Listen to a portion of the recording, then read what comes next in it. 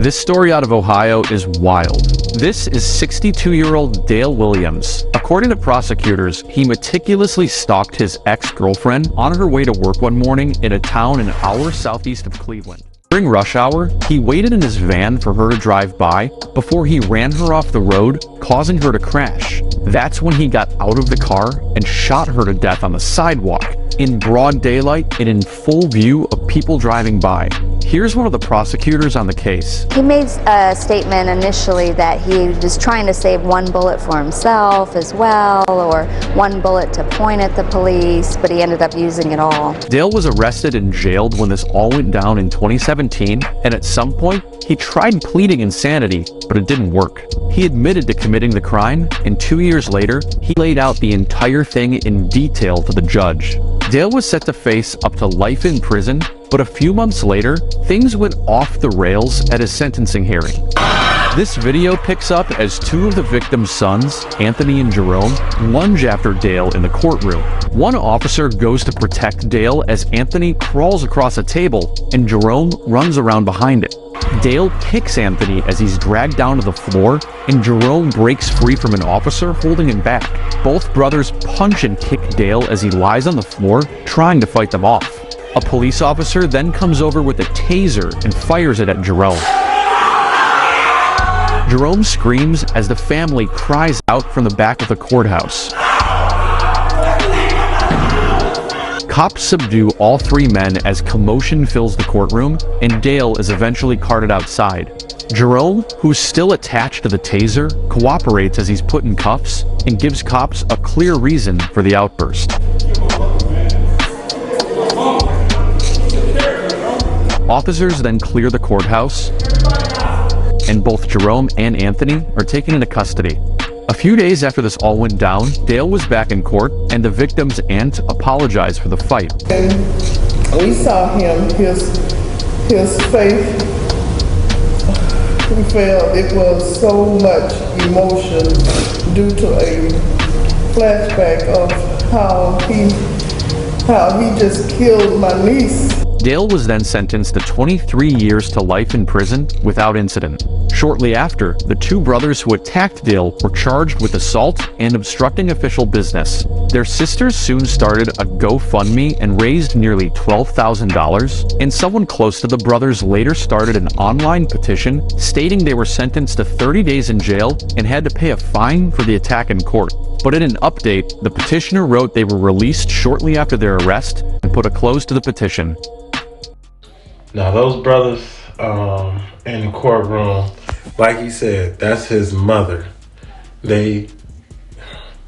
She had, you know what I'm saying, she raised them and carried them. And I'm sorry, as a man, a woman is the strongest thing put on earth, because we don't know what it's like to carry something inside you that grows and your body form and transform, and in the women's cycle, all that, you know. That's something our bodies isn't, that's something a male body isn't, you know what I'm saying, capable of. But a woman body, it's just amazing, you know what I'm saying, just how, it's no other way to put it. But another topic, this guy right here got what he deserved. And I'm happy to hear that they let those young men out without, you know what I'm saying, charging them, because that's their mother. Do I see a gun in the police's hand? It was a small chase. He stopped, turned, boom, shot. My brother's hands was up, shot. Maybe some people just wish there was a serial killer rather than a creeping drug problem which can infest any community.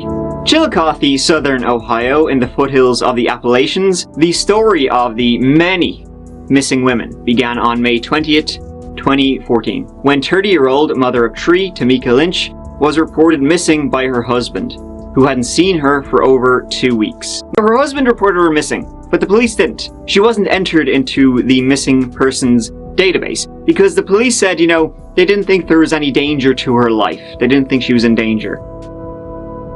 She was found 2 days later. Her body was found wearing only socks in a creek by kayakers. The autopsy found she overdosed on cocaine, amphetamines, and alcohol. However, her death is believed to be suspicious and it's thought she was dead when she was placed in the water. 27-year-old Charlotte Trigo also disappeared that month. She was last seen in Chillicothe on the 3rd of May, walking on foot after her roommate evicted her. She's never been found. She was friends with Tamika, who went missing that same day. Next was 37-year-old Wanda Lemons, who was last seen on November 3rd, 2014. A friend stated he saw Wanda on the day of her disappearance, and that he'd heard she'd gone to Texas with a truck driver. Now, she very well may have, but she never contacted her family ever again. In December of that same year, 20-year-old Shasta Himmelrich, who was pregnant, was reported missing. Shasta was last seen by her family on Christmas Day 2014. The following morning, her car was found abandoned. She was last seen at a gas station in Chillicothe. Where she went after that is unknown. She was found 8 days later, drowned. Her death ruled as suicide, something the family disputes, even though there are a few signs pointing toward it. They say she would never enter the water by herself, and she was pregnant at the time and very excited about it. In May 2015, Tiffany Sayer, 26 years old, mother of 2, was reported missing. She was headed to the Chillicothe Inn at the time of her disappearance. She was found dead the next month, her body wrapped in a sheet. The coroner ruled it a homicide. Also in May 2015, 38-year-old Timberly Clater was found shot to death, her body left in the weeds. In October 2015, 31-year-old Rebecca Cade was found bludgeoned to death, hanging from a fence.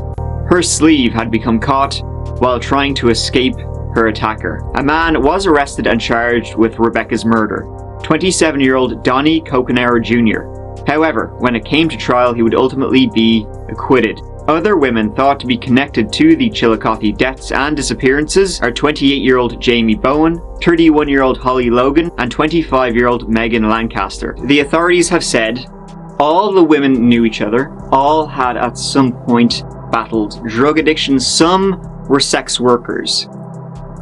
Now, you can imagine how that would hamper the investigation, because when some of the missing and murdered women are sex workers, what investigation? 37-year-old Jason McCrary was charged with the death of Timberly Clater, who was shot 3 times in the head. He'd also failed to register his address as a sex offender. His car was found with blood evidence inside, though whether he is linked to any of the other women remains unknown. So we got some arrests, though only one woman's case is actually solved. So what the hell is going on? Well, we don't really know. The investigators have always been extremely tight-lipped about the cases, you know, whether there's links between them and what's really going on. I mean, there could be more women who have been missing and murdered who could be linked, the police just haven't said. In fact, all information regarding this has pretty much stopped since 2015. I mean, it's hard to say if they are related, kind of, if you squint, because all women knew each other, all engaged in the same social circles, all had battled drugs. Some of them were sex workers, so, you know, them being unrelated. And remember, this happened in Chillicothe, a town of, you know, just over 20,000 people. Not a big place. So this many, you know, cases to happen in that small an area is worrying. But there is a known killer in Chillicothe. That's drugs, people. You know, we have a lot of fun on that chapter, but cool kids, they don't do drugs. Nah, I'm not going to do a preachy bullshit. But places like Chillicothe have been hit hard by the opioid crisis. So although there could be a serial killer in Chillicothe, or, you know, maybe a killer minus the serial, there is one root cause for, you know, these overdoses, deaths, suicides, disappearances, sex trafficking, and that's one thing. And it is something which is a major part of this case when investigating what's going on in Chillicothe. Maybe some people just wish there was a serial killer rather than a creeping drug problem which can infest any community, really, and leads to, well, nothing good. I think it's a drug problem that's going on, or do y'all think that it's a real killer? You know, just because some of these situations that occurred, I should say, sound like somebody put them in there. You know, who would wrap their body up and then overdose? You know, so it's crazy to hear. You know, but we all know what type of people we live with in this world. It's just sad to hear some of these other situations. Like, who would think like how these folks be thinking? You know, and man, As I always preach on my channel, y'all gotta be careful everywhere you go. Even when you just looking out the window, driving your car to the grocery store. You know how it is nowadays. And that's just sad that we gotta be cautious and just can't be free.